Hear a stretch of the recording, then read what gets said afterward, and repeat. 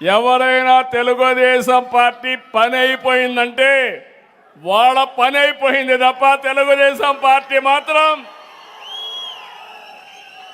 చెక్కు చెదరలేదు, చెక్కు చెదరదు. 82లో ప్రారంభించాం, 2026కు వచ్చాం. ఇంకో పక్క మీరు చూస్తే ఎన్నో రాజకీయ పార్టీలు ఉన్నాయి, ఎన్నో ప్రాంతీయ పార్టీలు ఉన్నాయి.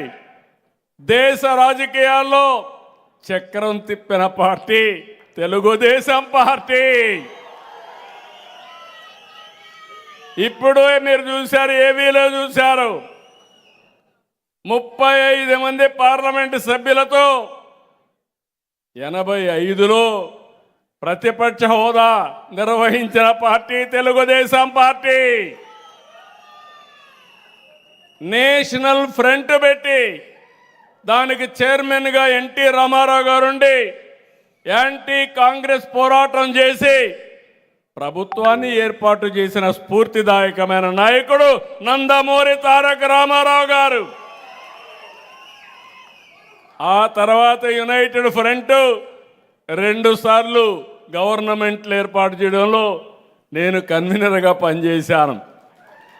ఆ తర్వాత చూస్తే వాజ్పేయి గారి పీరియడ్లో 6.5 సంవత్సరాలు ప్రభుత్వం ఒక స్థిరమైన ప్రభుత్వాన్ని ఇచ్చి దేశానికి ఒక దశ దిశ చూపించిందంటే అది తెలుగుదేశం పార్టీ.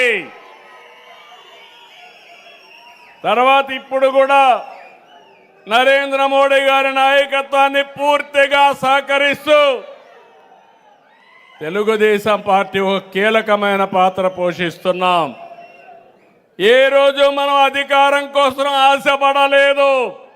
దేశం బాగుండాలి, రాష్ట్రం ముందుకు తీసుకెళ్ళాలి, తెలుగు జాతి ప్రపంచంలోనే నెంబర్ 1 కావాలని ఏకైక సంకల్పంతో ముందుకు పోతున్నాం.